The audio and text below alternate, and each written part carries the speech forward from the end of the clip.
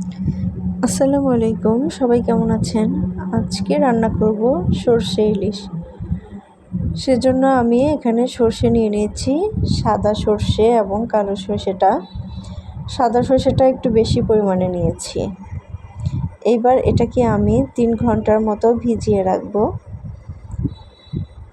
যাতে করে এর তেতো ভাবটা সেরে যায়।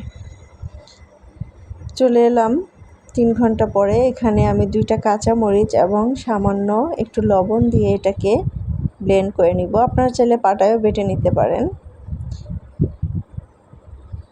বাটা হয়ে গেছে। এবার আমি চুলাতে একটা কড়াই বসিয়ে দিব। এতে সরষের তেল দিয়ে দিব। সরষে ইলিশটা অবশ্যই সরষের তেল দিয়ে রান্না করার চেষ্টা করবেন, এতে করে টেস্টটা বহুগুণ বৃদ্ধি পাবে। তেলটা কিছুটা গরম হয়ে গেলে এতে দিয়ে দিব পেঁয়াজ বাটা 2 টেবিল চামচ। পেঁয়াজটা নেড়েচেড়ে ভেজে নিব। এরপর এতে দিয়ে দিব 1 চা চামচ রসুন বাটা, 1/2 চা চামচ আদা বাটা। এবার মশলাটা একটু ভেজে নিব।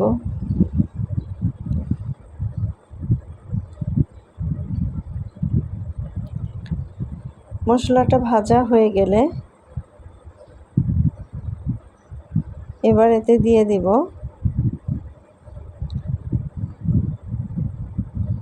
হলুদের ফাঁকি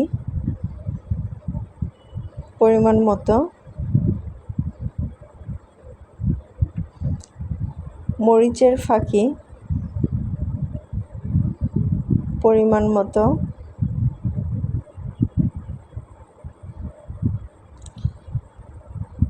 এবার এটা ভেজে নিব একটু। তারপর এতে পানি দিয়ে দিব। এবার এটাকে ভালো করে কষিয়ে নিব। কষানো হয়ে গেলে এতে মাছগুলো দিয়ে দিব। এবার একটু ঢেকে দিব। ঢেকে 5 মিনিটের মতো রান্না করে ঢাকনাটা খুলে মাছটা এবার উল্টিয়ে পাল্টিয়ে দিব।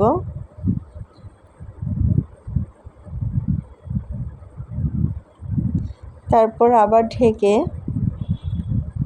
আরও 5 মিনিট রান্না করে নেব। এই পর্যায়ে আমি এতে সরষে বাটাটা দিয়ে দিব। নেড়ে চেড়ে মিশিয়ে নিব।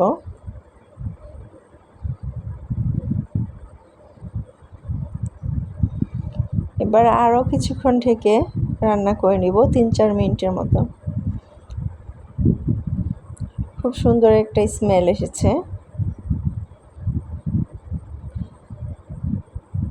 এতে আরও কিছু লবণ লাগবে, তাই আমি লবণটা দিয়ে দিলাম। আমার কাছে লবণটা একটু কম মনে হয়েছে, আপনারা টেস্টটা খেয়াল করে দেখে নেবেন।